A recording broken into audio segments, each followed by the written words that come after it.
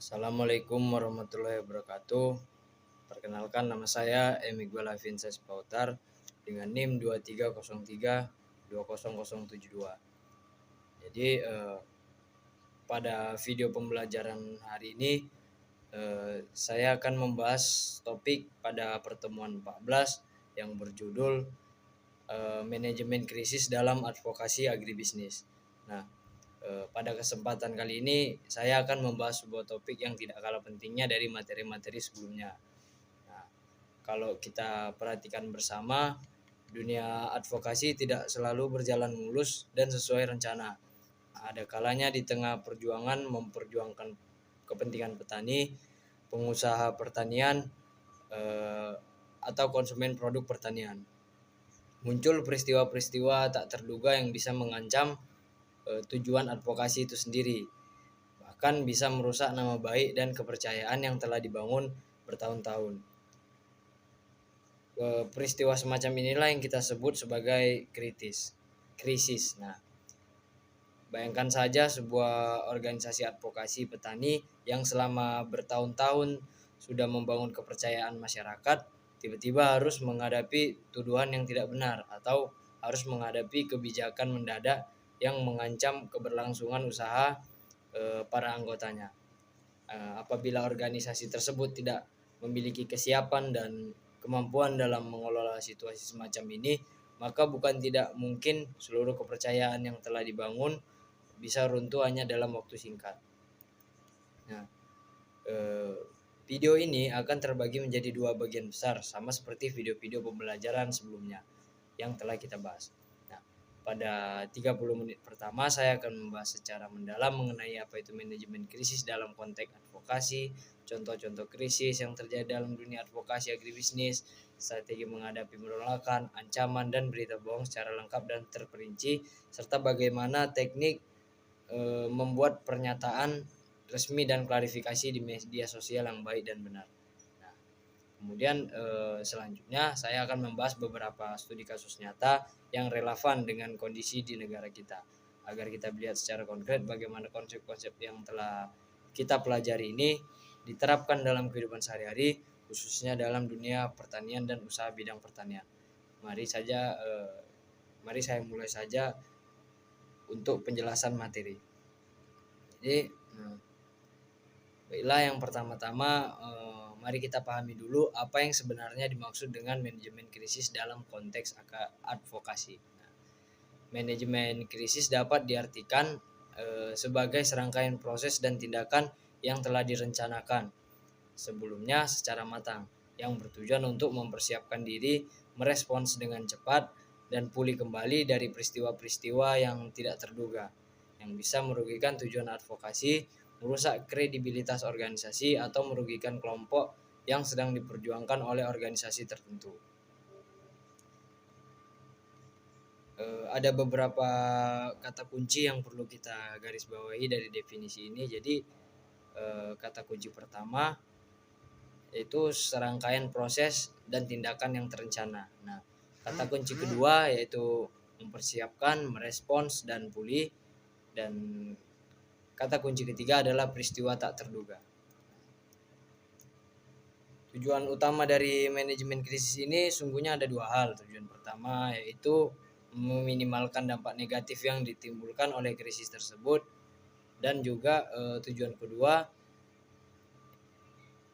ini sangat menarik untuk kita renungkan bersama adalah bahwa jika memungkinkan, sebuah krisis sebenarnya bisa diubah menjadi sebuah peluang. Nah, itulah kedua tujuan utama. Jadi apa maksudnya krisis bisa diubah menjadi peluang? Nah, bayangkan sebuah organisasi yang menghadapi tuduhan yang tidak benar, namun mereka mampu meresponnya dengan sangat baik, penuh data, jujur, dan transparan.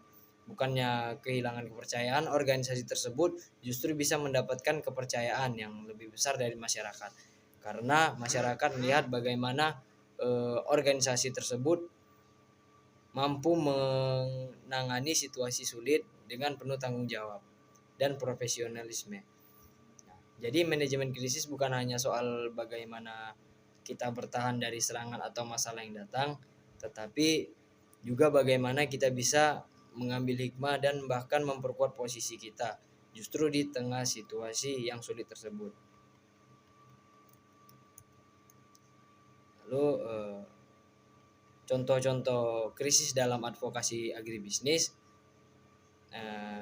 ada 5 contoh utama yang akan saya bahas satu persatu secara mendalam, lengkap dengan penjelasan mengapa masing-masing contoh ini menjadi krisis yang serius. Nah, yang pertama, berita bohong mengenai harga pangan. Contoh yang pertama ini adalah tersebarnya berita bohong atau informasi yang tidak benar mengenai harga pangan. Sebagai contoh, bisa saja tersebar informasi palsu mengenai kenaikan harga beras yang sangat drastis dalam waktu dekat. Nah, informasi bohong semacam ini bisa memicu kepanikan di kalangan masyarakat sebagai konsumen dan pada akhirnya bisa mengganggu kestabilan pasar secara keseluruhan. Jadi masyarakat yang panik biasanya akan berbondong-bondong untuk membeli pangan tersebut dalam jumlah besar untuk stok pribadi, sehingga justru menciptakan kelangkaan yang sebenarnya tidak perlu terjadi, dan pada akhirnya harga di pasar benar-benar naik akibat lonjakan permintaan yang tidak wajar tersebut. Bagi kelompok advokasi yang memperjuangkan kepentingan petani, situasi seperti ini bisa menjadi krisis yang sangat serius karena beberapa alasan. Contoh yang kedua adalah kebijakan yang dikeluarkan secara tiba-tiba oleh pemerintah. Nah, berupa larangan ekspor untuk komoditas tertentu, misalnya minyak goreng atau batu bara, ataupun bisa juga larangan impor untuk produk pertanian tertentu. Jadi kebijakan semacam ini biasanya diambil oleh pemerintah dengan alasan untuk menjaga ketersediaan stok dalam negeri, mengendalikan harga di pasar domestik, atau merespon tekanan situasi tertentu yang sedang berkembang. Kebijakan semacam ini bisa menjadi krisis besar bagi asosiasi pengusaha agribisnis atau para pelaku usaha ekspor. Karena kebijakan tersebut secara langsung mengancam keberlangsungan usaha mereka serta mengganggu seluruh rantai pasok yang sudah berjalan dengan baik selama ini. Contoh yang ketiga adalah pencemaran nama baik yang ditunjukkan kepada suatu produk pertanian tertentu. Sebagai contoh, misal produk kelapa sawit atau produk hortikultura tertentu dituduh memiliki dampak negatif yang serius terhadap lingkungan atau kesehatan manusia. Nah, padahal tuduhan tersebut tidak didukung oleh bukti ilmiah yang benar-benar kuat dan menyeluruh. Tuduhan semacam ini kemudian disebarluaskan oleh media, baik media dalam negeri maupun media internasional. Jadi situasi seperti ini tentu menjadi krisis besar bagi asosiasi produsen komoditas yang bersangkutan. Dampaknya bisa sangat luas dan berjangka panjang, mulai dari menurunnya permintaan pasar, munculnya kebijakan pembatasan negara, hingga menurunnya harga jual di tingkat petani atau produsen. Contoh yang keempat adalah kegagalan sebuah program pertanian yang dijalankan dalam skala besar oleh pemerintah. Nah, misalnya program yang dikenal dengan istilah lumbung pangan atau program percetakan sawah dan lahan pertanian baru dalam jumlah yang sangat besar. Nah,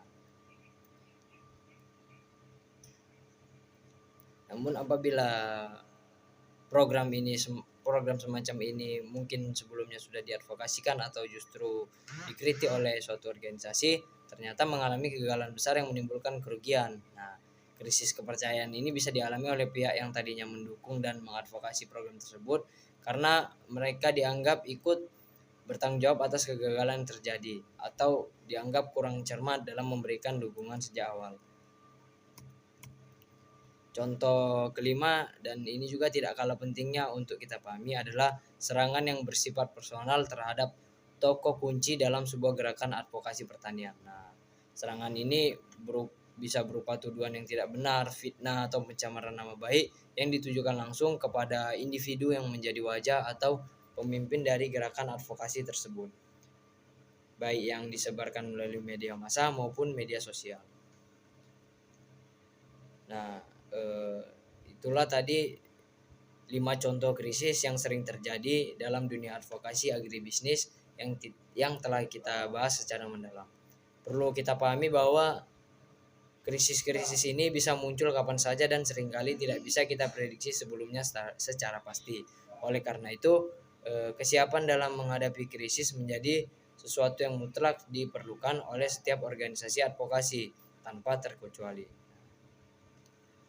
Lalu setelah kita memahami contoh-contoh krisis yang telah dibahas tadi, mari saya membahas bagaimana strategi yang tepat dalam menghadapi penolakan, ancaman atau informasi yang tidak benar tersebut. Nah, ada 7 langkah utama dalam strategi menghadapi krisis ini yang akan kita bahas satu persatu secara mendalam dan terperinci.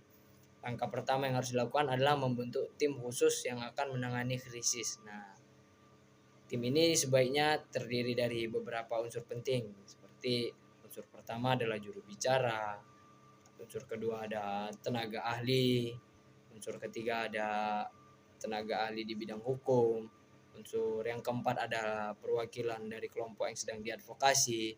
Nah, hal yang sangat penting untuk diperhatikan adalah tim ini harus diberikan kewenangan penuh untuk mengambil keputusan secara cepat tanpa harus menunggu proses birokrasi yang panjang dan berbelit-belit. Langkah kedua adalah melakukan pemantauan secara aktif dan deteksi sejak awal sebelum sebuah isu berkembang menjadi krisis yang besar dan sulit dikendalikan. Salah satu cara yang bisa dilakukan adalah dengan menggunakan alat bantu untuk membantu perbincangan di media sosial secara aktif dan terus-menerus. Nah, alat bantu ini bisa membantu organisasi untuk melacak sebutan mengenai nama organisasi, melacak kata kunci tertentu yang terkait dengan isu yang sedang berkembang, serta melihat bagaimana kecenderungan pendapat masyarakat mengenai isu tersebut, apakah cenderung negatif, positif, atau netral. Langkah ketiga adalah melakukan penilaian dan analisis secara mendalam. Setelah krisis terdeteksi melalui proses pemantauan tadi, ada beberapa pertanyaan penting yang harus dijawab dengan cermat dalam tahap ini. Jadi pertanyaan pertama, apa sebenarnya sumber dari krisis ini? Nah, apakah krisis ini berasal dari kesalahan internal organisasi ataupun dari luar? Nah, pertanyaan yang kedua, seberapa luas dampak yang ditimbulkan oleh krisis ini? Nah, pertanyaan yang ketiga, siapa saja pihak yang terkena dampak dari krisis ini? Nah, pertanyaan keempat, apa fakta-fakta yang sebenarnya terjadi di lapangan? Nah, pertanyaan kelima, siapa saja pihak yang menyebarkan informasi yang tidak benar atau ancaman tersebut?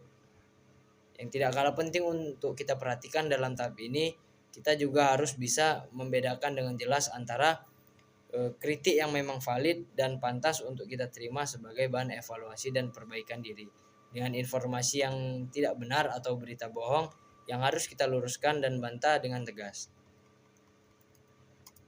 Lalu langkah keempat adalah merumuskan pesan-pesan kunci yang akan disampaikan kepada publik sebagai respons terhadap krisis yang sedang dihadapi. Jadi pesan-pesan ini harus disusun dengan beberapa ciri penting, yaitu jelas, ringkas, akurat, dan konsisten. Jadi fokus utama dari pesan kunci ini adalah menyampaikan fakta yang sebenarnya terjadi, melakukan koreksi terhadap informasi yang tidak benar yang telah beredar, serta menegaskan kembali posisi advokasi yang sedang diperjuangkan oleh organisasi. Langkah kelima adalah memberikan respons secara cepat dan tepat sasaran terhadap krisis yang sedang dihadapi. Ada beberapa hal penting yang perlu kita perhatikan bersama dalam tahap ini. Jadi hal pertama, jangan menunda-nunda pemberian respon terhadap krisis yang sedang terjadi. Nah, jadi penundaan ini bisa saja menimbulkan persepsi negatif dari masyarakat. Jadi hal kedua, pilihlah saluran komunikasi yang tepat sesuai dengan sifat krisis yang sedang dihadapi. Hal ketiga, bersikaplah transparan dan jujur dan sejujur mungkin dalam menyampaikan informasi kepada publik. Hal keempat, tunjukkan rasa empati dengan cara mengakui kekhawatiran yang dirasakan oleh publik atau pihak yang terdampak oleh krisis tersebut. Hal kelima, fokuslah pada solusi konkret. Nah, apabila krisis yang terjadi memang berkaitan dengan suatu permasalahan yang nyata dan bukan sekedar informasi yang tidak benar, maka sampaikanlah langkah-langkah konkret yang akan diambil oleh organisasi untuk menyelesaikan permasalahan tersebut. Langkah keenam adalah bagaimana cara melawan informasi yang tidak benar dan berita bohong yang sedang beredar luas di masyarakat. Jadi ada beberapa cara yang bisa dilakukan untuk melawan ini. Ya, cara pertama adalah menyajikan data dan bukti yang konkret untuk membantah informasi yang tidak benar tersebut. Cara kedua adalah melakukan klarifikasi secara terbuka dan tegas kepada publik. Cara ketiga adalah memberikan edukasi kepada masyarakat luas. Misalnya dengan mengadakan kegiatan yang bertujuan meningkatkan kemampuan masyarakat dalam memilah dan menilai secara kritis setiap informasi. Cara yang keempat adalah melaporkan kepada pihak penyedia layanan digital atau pihak yang berwenang. Jadi apabila informasi yang tidak benar tersebut disebarkan melalui sarana digital tertentu agar bisa ditindaklanjuti sebagaimana mestinya sesuai dengan aturan yang berlaku. Cara yang kelima adalah melibatkan tokoh masyarakat atau ahli yang memiliki kredibilitas tinggi dan dipercayai oleh masyarakat. Lalu selanjutnya dari tadi ada langkah ke-6, adapun langkah ke-7 yang juga tidak kalah penting dari langkah-langkah sebelumnya adalah melakukan evaluasi secara menyeluruh setelah krisis yang dihadapi mulai mereda dan situasi kembali kondusif. Dalam tahap ini organisasi perlu mengidentifikasi pelajaran-pelajaran berharga yang bisa diambil dari pengalaman menghadapi krisis tersebut untuk meningkatkan kesiapan organisasi dalam menghadapi krisis serupa di masa yang akan datang. Jadi apabila memang diperlukan rencana manajemen krisis yang sudah dimiliki oleh organisasi juga perlu diperbarui dan disempurnakan berdasarkan pengalaman baru yang telah dilalui. Di evaluasi ini sangat penting untuk kita lakukan karena pada dasarnya setiap krisis yang dihadapi oleh sebuah organisasi tersebut menjadi lebih matang. Karena pada dasarnya setiap krisis yang dihadapi oleh sebuah organisasi sebenarnya adalah pembelajaran yang sangat berharga yang bisa membuat organisasi tersebut menjadi lebih matang, lebih tangguh, dan lebih siap dalam menghadapi situasi serupa di masa mendatang. Bagian terakhir dari materi kita ini, pada materi bagian yang pertama ini adalah membahas bagaimana teknik membuat pernyataan resmi dan klarifikasi di media sosial yang efektif. Pertama, teknik membuat pernyataan resmi. Jadi pernyataan resmi harus disusun secara jelas dan singkat, ringkas dengan menyampaikan poin-poin utama dalam beberapa paragraf saja. Tidak perlu bertele-tele atau terlalu panjang sehingga membuat pembaca kehilangan fokus terhadap inti pesan yang ingin disampaikan.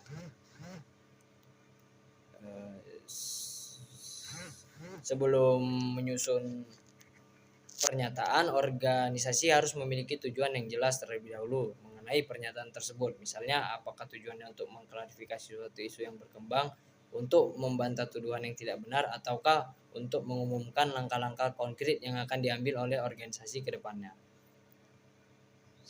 Lalu yang kedua, teknik melakukan klarifikasi di media sosial. Sementara itu untuk klarifikasi yang dilakukan melalui media sosial ada beberapa hal khusus yang perlu diperhatikan. Jadi hal pertama, respon yang diberikan harus cepat dan sigap. Hal kedua, gunakanlah bahasa yang sesuai dengan karakter media sosial serta audiens yang menjadi sasaran. Hal ketiga, sampaikan pesan secara ringkas dan langsung pada intinya. Hal keempat, fokuslah pada penyampaian fakta yang sebenarnya. Hal kelima, gunakanlah gambar atau tampilan visual apabila diperlukan. Hal keenam, gunakanlah tanda pagar atau label optik yang relevan dengan isu yang sedang dibahas.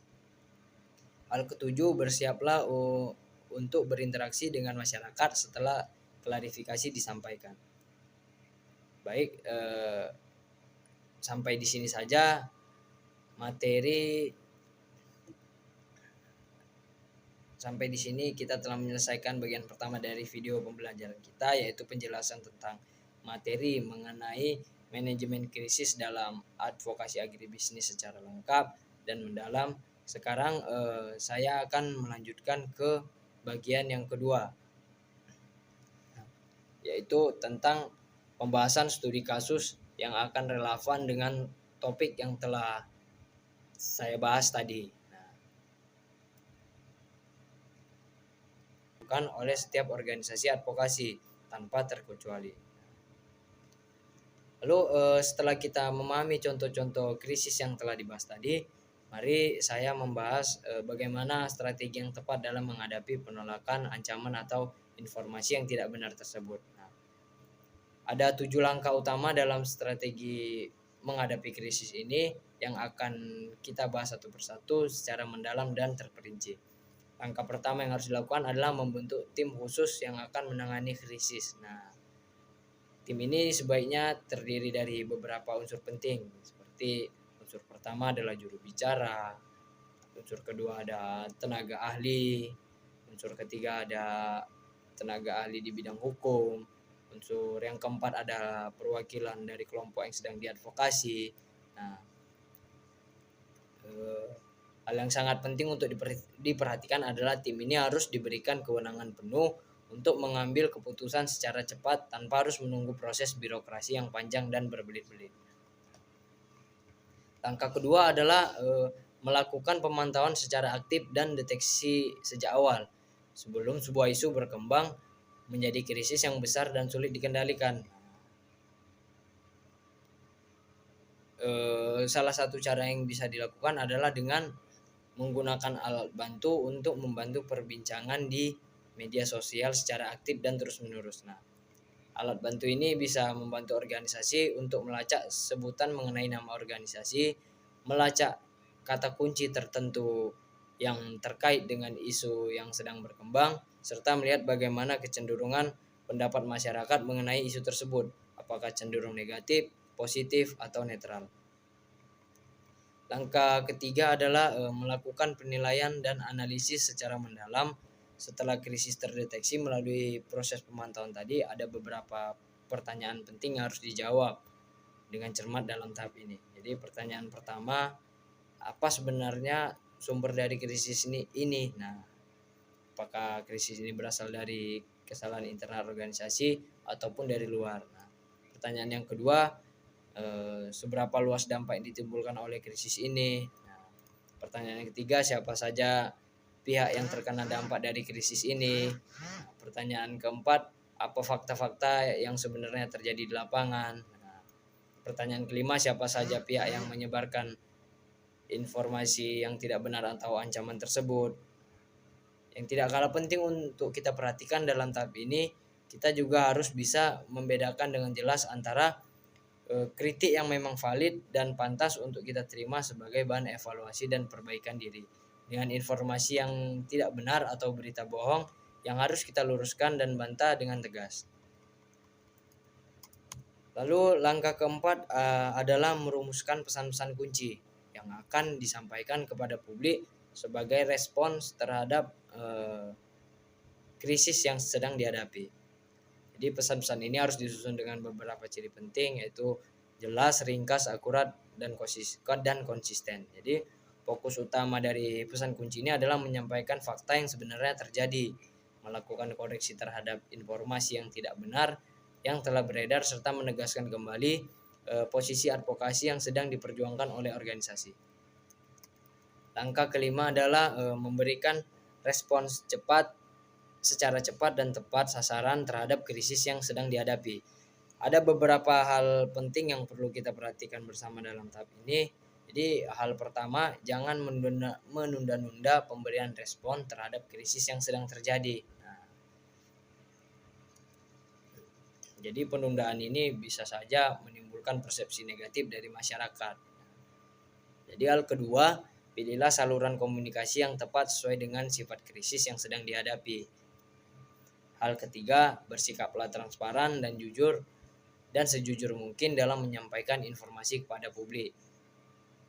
Hal keempat, tunjukkan rasa empati dengan cara mengakui kekhawatiran yang dirasakan oleh publik atau pihak yang terdampak oleh krisis tersebut. Hal kelima, fokuslah pada solusi konkret. Nah, apabila krisis yang terjadi memang berkaitan dengan suatu permasalahan yang nyata dan bukan sekedar informasi yang tidak benar, maka sampaikanlah langkah-langkah konkret yang akan diambil oleh organisasi untuk menyelesaikan permasalahan tersebut. Langkah keenam adalah bagaimana cara melawan informasi yang tidak benar dan berita bohong yang sedang beredar luas di masyarakat. Jadi ada beberapa cara yang bisa dilakukan untuk melawan ini. Ya, cara pertama adalah menyajikan data dan bukti yang konkret untuk membantah informasi yang tidak benar tersebut. Cara kedua adalah melakukan klarifikasi secara terbuka dan tegas kepada publik. Cara ketiga adalah memberikan edukasi kepada masyarakat luas. Misalnya dengan mengadakan kegiatan yang bertujuan meningkatkan kemampuan masyarakat dalam memilah dan menilai secara kritis setiap informasi. Cara yang keempat adalah melaporkan kepada pihak penyedia layanan digital atau pihak yang berwenang. Jadi apabila informasi yang tidak benar tersebut disebarkan melalui sarana digital tertentu agar bisa ditindaklanjuti sebagaimana mestinya sesuai dengan aturan yang berlaku. Cara yang kelima adalah melibatkan tokoh masyarakat atau ahli yang memiliki kredibilitas tinggi dan dipercayai oleh masyarakat. Lalu selanjutnya dari tadi ada langkah ke-6, adapun langkah ke-7 yang juga tidak kalah penting dari langkah-langkah sebelumnya adalah melakukan evaluasi secara menyeluruh setelah krisis yang dihadapi mulai mereda dan situasi kembali kondusif. Dalam tahap ini organisasi perlu mengidentifikasi pelajaran-pelajaran berharga yang bisa diambil dari pengalaman menghadapi krisis tersebut untuk meningkatkan kesiapan organisasi dalam menghadapi krisis serupa di masa yang akan datang. Jadi apabila memang diperlukan rencana manajemen krisis yang sudah dimiliki oleh organisasi juga perlu diperbarui dan disempurnakan berdasarkan pengalaman baru yang telah dilalui. Di evaluasi ini sangat penting untuk kita lakukan karena pada dasarnya setiap krisis yang dihadapi oleh sebuah organisasi tersebut menjadi lebih matang.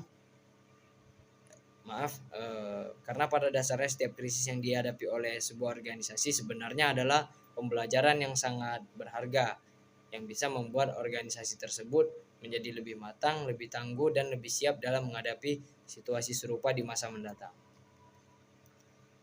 Bagian terakhir dari materi kita ini, pada materi bagian yang pertama ini adalah membahas bagaimana teknik membuat pernyataan resmi dan klarifikasi di media sosial yang efektif. Pertama, teknik membuat pernyataan resmi. Jadi pernyataan resmi harus disusun secara jelas dan singkat, ringkas dengan menyampaikan poin-poin utama dalam beberapa paragraf saja. Tidak perlu bertele-tele atau terlalu panjang sehingga membuat pembaca kehilangan fokus terhadap inti pesan yang ingin disampaikan.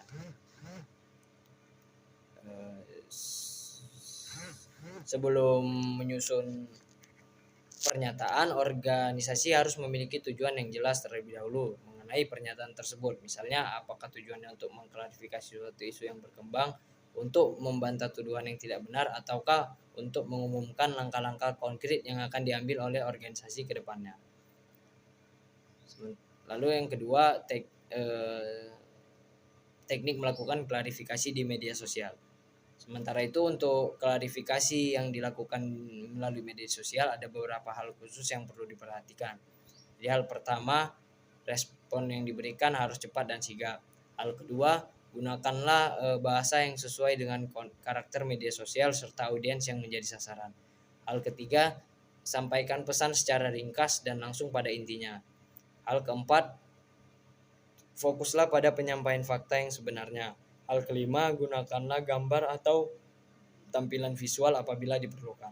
Hal keenam, gunakanlah tanda pagar atau label optik yang relevan dengan isu yang sedang dibahas. Hal ketujuh, bersiaplah untuk berinteraksi dengan masyarakat setelah klarifikasi disampaikan. Baik, sampai di sini saja materi.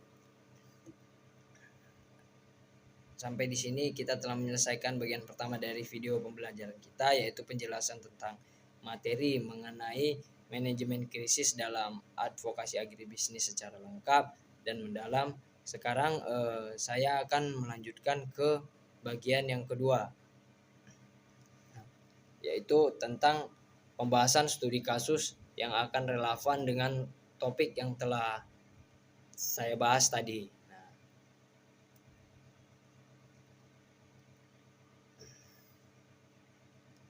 Pada bagian kedua ini kita akan membahas 4 studi kasus yang masing-masing mewakili jenis krisis yang telah kita pelajari sebelumnya.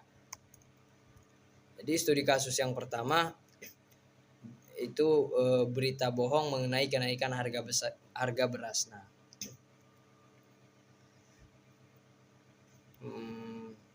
langsung saja mari kita bayangkan sebuah situasi yang mungkin bisa terjadi. Pada suatu waktu beredar informasi di media sosial bahwa harga beras akan naik secara drastis dalam waktu dekat, disertai dengan gambar dan tangkapan layar yang seolah-olah berasal dari sumber resmi pemerintah, sehingga terlihat sangat meyakinkan bagi masyarakat awam. Dengan informasi tersebut menimbulkan kepanikan yang cukup luas di kalangan masyarakat. Akibat kepanikan ini, banyak masyarakat yang kemudian berbondong-bondong membeli beras dalam jumlah besar untuk stok pribadi di rumah masing-masing. Nah, sehingga menyebabkan kelangkaan beras di pasar secara nyata dan harga beras yang sebenarnya justru ikut naik akibat lonjakan permintaan yang tidak wajar tersebut. Meskipun sebenarnya stok beras di gudang-gudang penyimpanan masih dalam kondisi aman dan mencukupi. Bagi kelompok advokasi yang memperjuangkan kepentingan petani, situasi ini menjadi krisis yang harus segera ditangani dengan serius karena beberapa alasan penting ya. Jadi bagaimana langkah-langkah penanganan krisis yang bisa dilakukan dalam situasi seperti ini? Langkah pertama yaitu tim krisis yang telah dibentuk sebelumnya oleh organisasi advokasi segera melakukan pertemuan darurat. Begitu isu ini terdeteksi melalui kegiatan pemantauan media sosial yang dilakukan secara rutin setiap harinya. Langkah kedua, tim melakukan penilaian dan analisis dengan cepat dan cermat. Langkah ketiga, tim merumuskan pesan kunci yang akan disampaikan kepada masyarakat. Misalnya menegaskan bahwa informasi kenaikan harga tersebut adalah tidak benar dan tidak berasal dari sumber resmi. Langkah keempat, tim segera melakukan respons cepat melalui berbagai saluran komunikasi yang tersedia, misalnya dengan mengeluarkan pernyataan resmi kepada media massa, melakukan klarifikasi melalui akun media sosial resmi organisasi. Langkah kelima, tim melawan informasi yang tidak benar tersebut dengan cara menyajikan data resmi mengenai harga dan stok beras yang sesungguhnya. Nah, langkah keenam, setelah situasi mulai mereda dan kepercayaan masyarakat kembali pulih, tim melakukan evaluasi menyeluruh mengenai proses penanganan yang telah dilakukan. Misalnya mengenai seberapa cepat isu ini bisa terdeteksi sejak awal, seberapa efektif respons yang telah diberikan oleh tim, serta pelajaran apa yang bisa diambil untuk menghadapi situasi serupa di masa mendatang. Dari studi kasus ini, kita bisa belajar bersama bahwa kecepatan dalam mendeteksi merespon sebuah informasi yang tidak benar sangatlah penting. Mengingat informasi semacam ini bisa menyebar dengan cepat dan menimbulkan dampak nyata di lapangan dalam waktu yang singkat.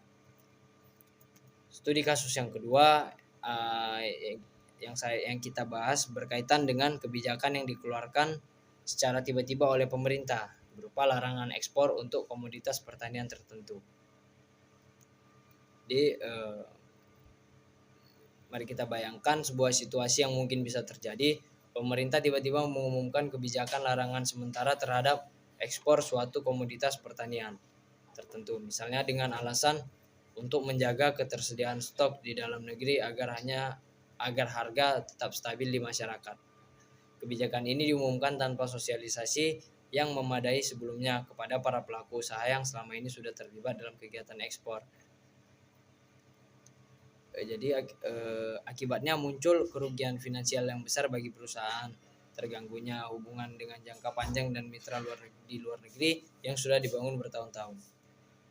Jadi bagaimana langkah-langkah penanganan krisis yang dilakukan oleh asosiasi dalam menghadapi situasi seperti ini? Mari kita bahas satu persatu secara terperinci. Langkah pertama, begitu kebijakan ini diumumkan oleh pemerintah, tim krisis asosiasi segera berkumpul untuk melakukan pertemuan darurat. Langkah kedua, tim melakukan penilaian dan analisis mendalam, mencari tahu alasan sebenarnya di balik kebijakan tersebut. Langkah ketiga, tim merumuskan pesan kunci yang akan disampaikan, tidak hanya berisi keberatan atau protes semata, tetapi juga disertai dengan data konkret mengenai dampak kebijakan tersebut. Langkah keempat, alih-alih hanya melakukan penolakan secara terbuka yang bisa menimbulkan kesan konfrontatif, asosiasi memilih untuk melakukan pendekatan langsung melalui audiensi resmi dengan pihak kementerian terkait. Langkah kelima, dalam audiensi tersebut, asosiasi menyampaikan data dan fakta secara objektif dan tidak berlebihan, serta mengajukan usulan solusi yang konstruktif. Langkah keenam, setelah situasi mulai mereda, baik melalui adanya revisi kebijakan dari pemerintah maupun tercapainya kesepakatan mekanisme transisi yang lebih adil, asosiasi melakukan evaluasi menyeluruh mengenai proses penanganan krisis ini. Dari studi kasus ini kita bisa belajar bersama bahwa menghadapi kebijakan pemerintah yang mendadak dan berdampak besar memerlukan pendekatan yang strategis dan penuh perhitungan. Tidak hanya sekedar penolakan semata, tetapi juga harus disertai dengan data yang kuat dan usulan solusi yang konkret dan realistis. Lalu studi kasus ketiga yang akan kita bahas berkaitan dengan pencemaran nama baik yang ditujukan kepada komoditas kelapa sawit. Nah, mari kita bayangkan sebuah situasi yang mungkin bisa terjadi. Muncul pemberitaan yang cukup luas baik dari media internasional maupun dari kelompok tertentu yang menuduh bahwa produksi kelapa sawit menyebabkan kerusakan lingkungan yang sangat serius tanpa disertai dengan data ilmiah yang benar-benar kuat dan menyeluruh dalam menggambarkan kondisi sesungguhnya di lapangan. Nah, jadi pemberitaan ini menyebar luas dan mempengaruhi opini masyarakat secara signifikan. Bagi asosiasi produsen kelapa sawit, situasi ini menjadi krisis yang sangat besar dan berdampak luas karena berpotensi menurunkan permintaan pasar internasional terhadap produk kelapa sawit dari negara kita.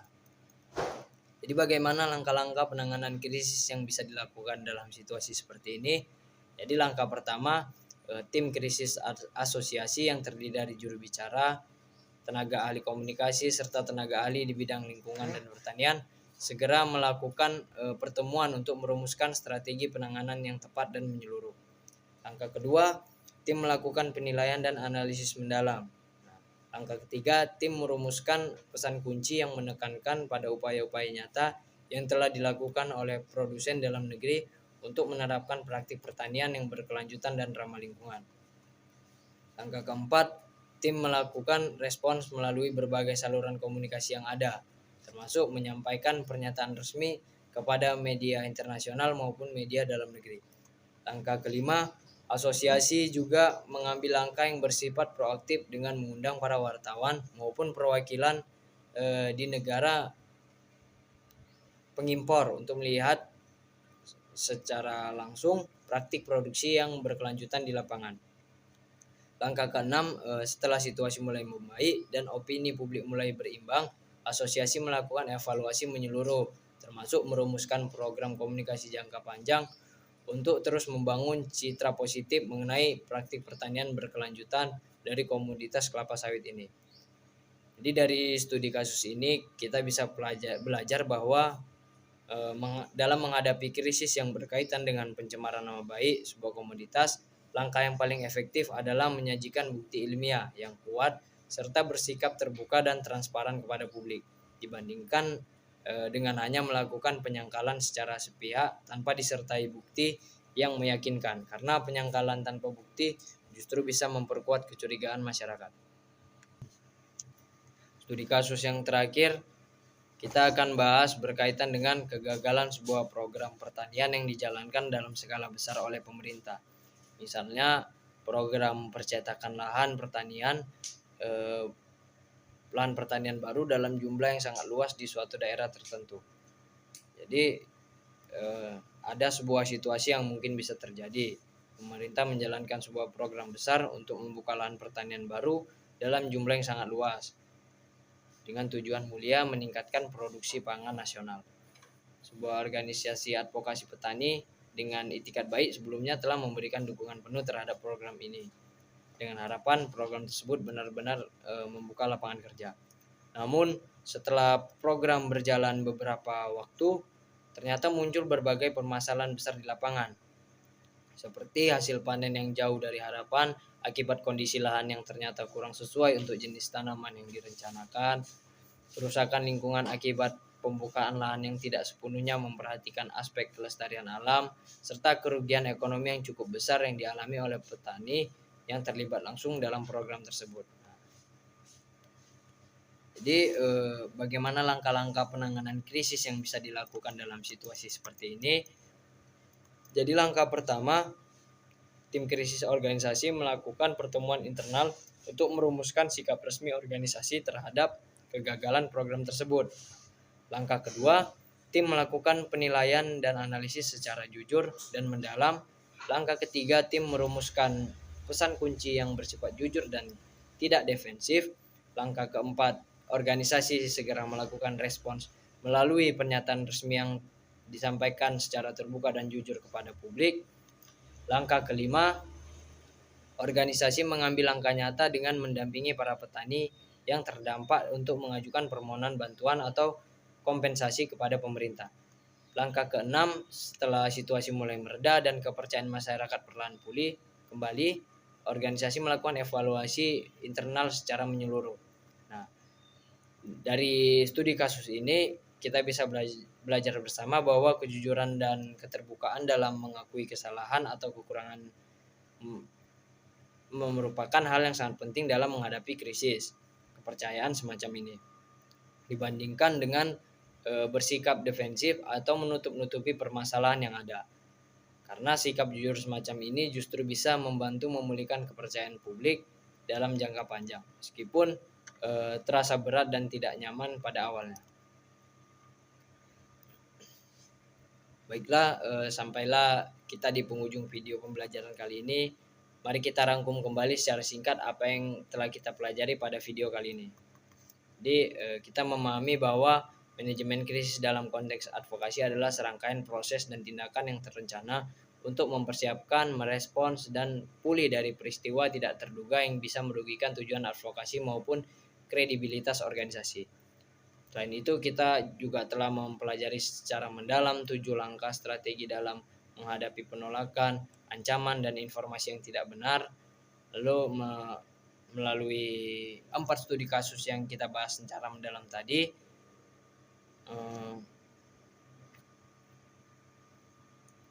kita bisa melihat secara nyata bagaimana konsep-konsep manajemen krisis ini diterapkan dalam kehidupan sehari-hari dan bagaimana penanganan yang tepat dan cepat bisa membantu organisasi advokasi untuk melewati situasi yang sulit. Nah, semoga video pembelajaran ini bisa memberikan pemahaman yang lebih mendalam mengenai pentingnya kesiapan menghadapi krisis dalam dunia advokasi agribisnis, agar kita semua bisa menjadi pelaku advokasi yang lebih matang, lebih tangguh, dan lebih siap menghadapi berbagai tantangan di masa depan. Krisis yang dihadapi oleh sebuah organisasi tersebut menjadi lebih matang. Karena pada dasarnya setiap krisis yang dihadapi oleh sebuah organisasi sebenarnya adalah pembelajaran yang sangat berharga yang bisa membuat organisasi tersebut menjadi lebih matang, lebih tangguh, dan lebih siap dalam menghadapi situasi serupa di masa mendatang. Bagian terakhir dari materi kita ini, pada materi bagian yang pertama ini adalah membahas bagaimana teknik membuat pernyataan resmi dan klarifikasi di media sosial yang efektif. Pertama, teknik membuat pernyataan resmi. Jadi pernyataan resmi harus disusun secara jelas dan singkat, ringkas dengan menyampaikan poin-poin utama dalam beberapa paragraf saja. Tidak perlu bertele-tele atau terlalu panjang sehingga membuat pembaca kehilangan fokus terhadap inti pesan yang ingin disampaikan.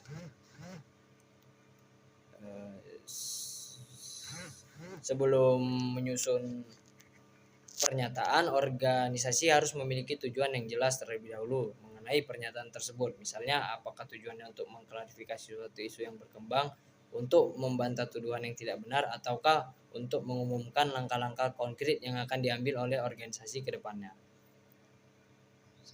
Lalu yang kedua, teknik melakukan klarifikasi di media sosial. Sementara itu, untuk klarifikasi yang dilakukan melalui media sosial ada beberapa hal khusus yang perlu diperhatikan. Jadi hal pertama, Respon yang diberikan harus cepat dan sigap. Hal kedua, gunakanlah bahasa yang sesuai dengan karakter media sosial serta audiens yang menjadi sasaran. Hal ketiga, sampaikan pesan secara ringkas dan langsung pada intinya. Hal keempat, fokuslah pada penyampaian fakta yang sebenarnya. Hal kelima, gunakanlah gambar atau tampilan visual apabila diperlukan. Hal keenam, gunakanlah tanda pagar atau label optik yang relevan dengan isu yang sedang dibahas. Hal ketujuh, bersiaplah untuk berinteraksi dengan masyarakat setelah klarifikasi disampaikan. Baik, sampai di sini saja materi. Sampai di sini kita telah menyelesaikan bagian pertama dari video pembelajaran kita, yaitu penjelasan tentang materi mengenai manajemen krisis dalam advokasi agribisnis secara lengkap dan mendalam.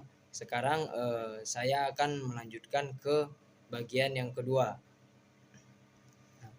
yaitu tentang pembahasan studi kasus yang akan relevan dengan topik yang telah saya bahas tadi.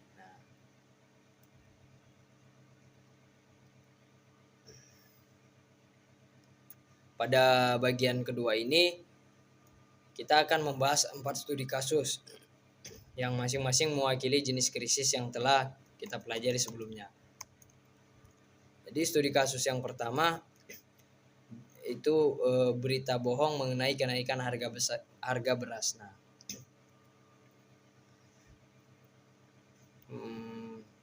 langsung saja mari kita bayangkan sebuah situasi yang mungkin bisa terjadi. Pada suatu waktu beredar informasi di media sosial bahwa harga beras akan naik secara drastis dalam waktu dekat, disertai dengan gambar dan tangkapan layar yang seolah-olah berasal dari sumber resmi pemerintah, sehingga terlihat sangat meyakinkan bagi masyarakat awam. Dengan informasi tersebut menimbulkan kepanikan yang cukup luas di kalangan masyarakat. Akibat kepanikan ini, banyak masyarakat yang kemudian berbondong-bondong membeli beras dalam jumlah besar untuk stok pribadi di rumah masing-masing. Nah, sehingga menyebabkan kelangkaan beras di pasar secara nyata dan harga beras yang sebenarnya justru ikut naik akibat lonjakan permintaan yang tidak wajar tersebut.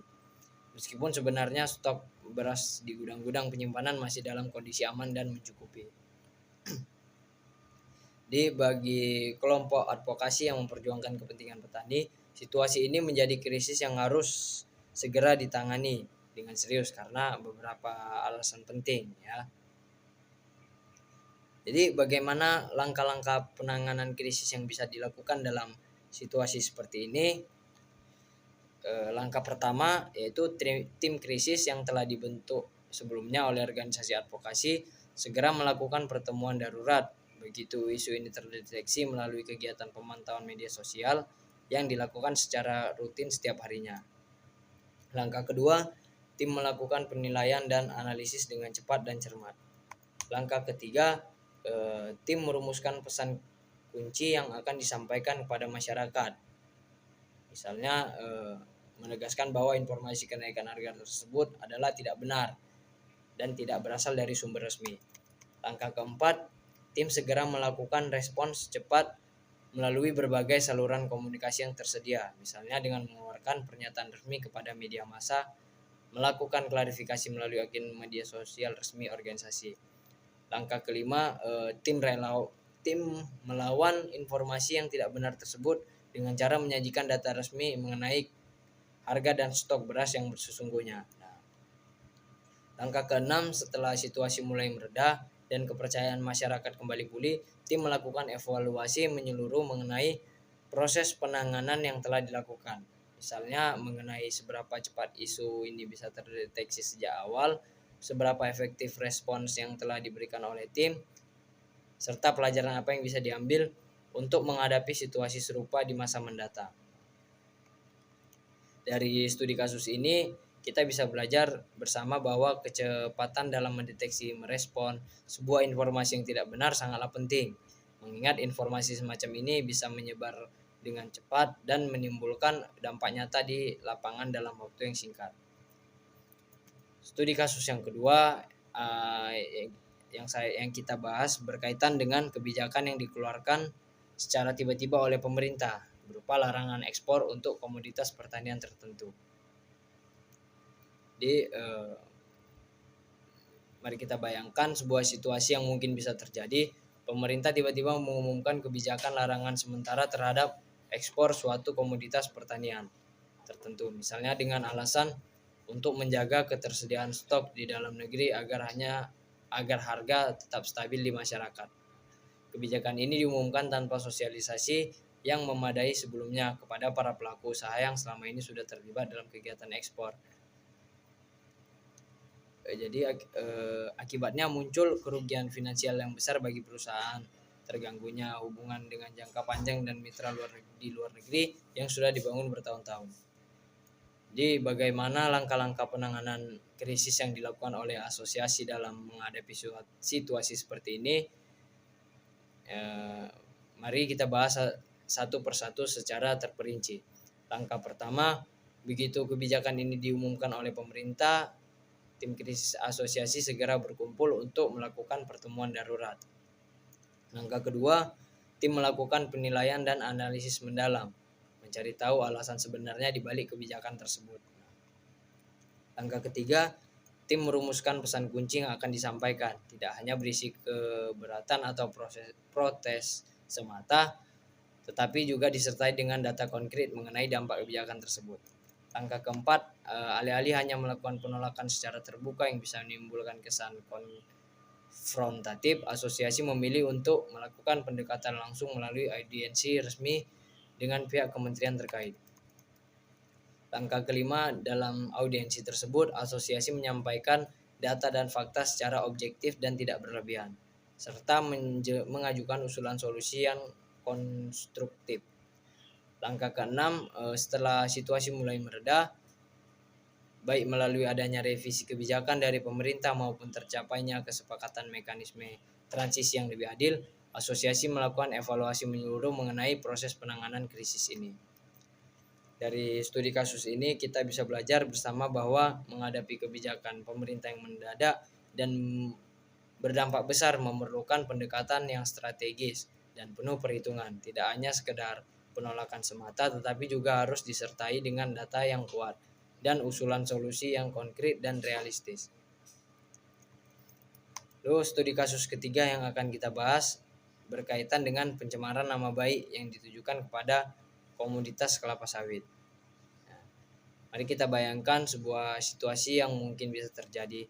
Muncul pemberitaan yang cukup luas baik dari media internasional maupun dari kelompok tertentu yang menuduh bahwa produksi kelapa sawit menyebabkan kerusakan lingkungan yang sangat serius tanpa disertai dengan data ilmiah yang benar-benar kuat dan menyeluruh dalam menggambarkan kondisi sesungguhnya di lapangan. Nah,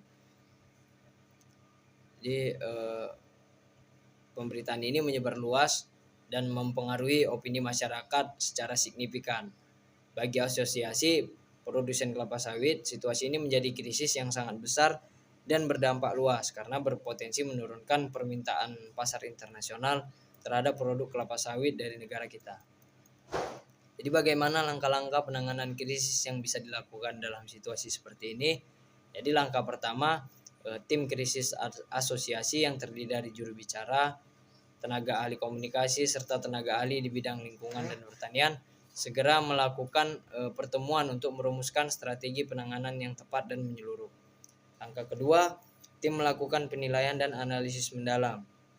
Langkah ketiga, tim merumuskan pesan kunci yang menekankan pada upaya-upaya nyata yang telah dilakukan oleh produsen dalam negeri untuk menerapkan praktik pertanian yang berkelanjutan dan ramah lingkungan. Langkah keempat, tim melakukan respons melalui berbagai saluran komunikasi yang ada, termasuk menyampaikan pernyataan resmi kepada media internasional maupun media dalam negeri. Langkah kelima, asosiasi juga mengambil langkah yang bersifat proaktif dengan mengundang para wartawan maupun perwakilan di negara pengimpor untuk melihat secara langsung praktik produksi yang berkelanjutan di lapangan. Langkah keenam, setelah situasi mulai membaik dan opini publik mulai berimbang, asosiasi melakukan evaluasi menyeluruh, termasuk merumuskan program komunikasi jangka panjang untuk terus membangun citra positif mengenai praktik pertanian berkelanjutan dari komoditas kelapa sawit ini.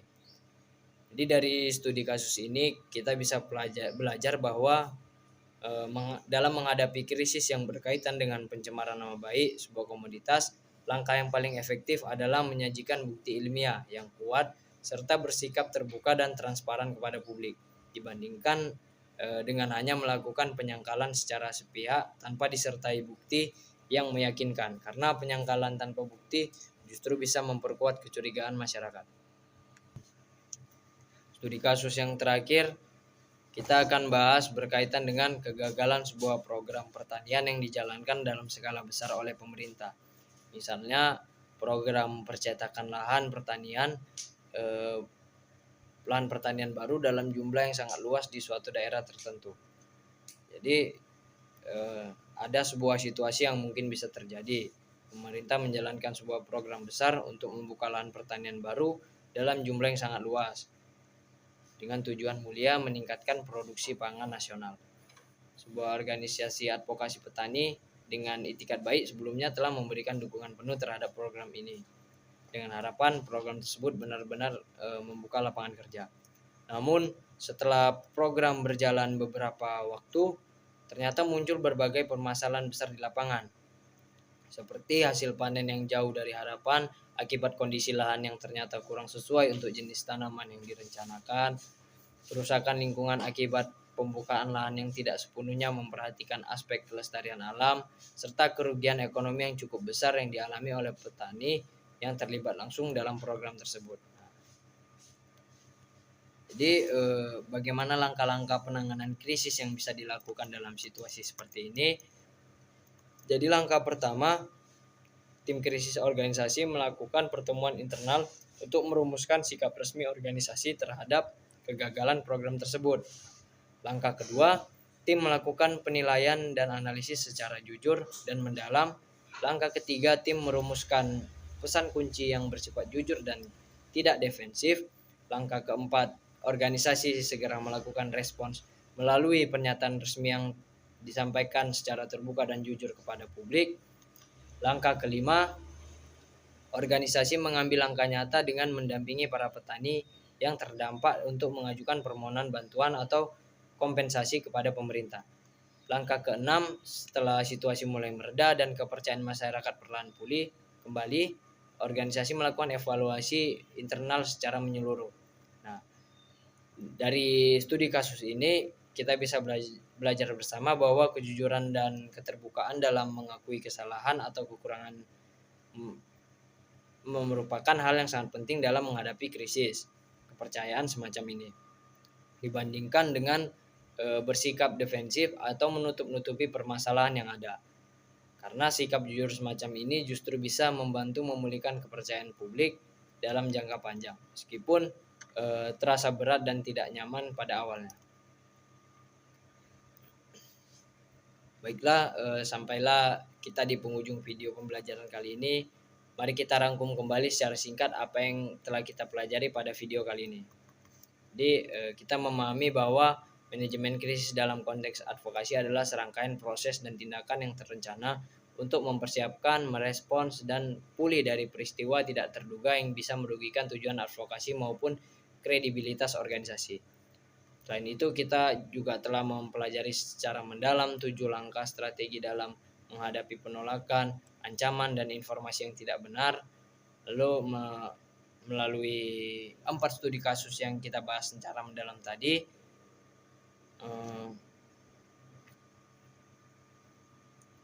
kita bisa melihat secara nyata bagaimana konsep-konsep manajemen krisis ini diterapkan dalam kehidupan sehari-hari, dan bagaimana penanganan yang tepat dan cepat bisa membantu organisasi advokasi untuk melewati situasi yang sulit.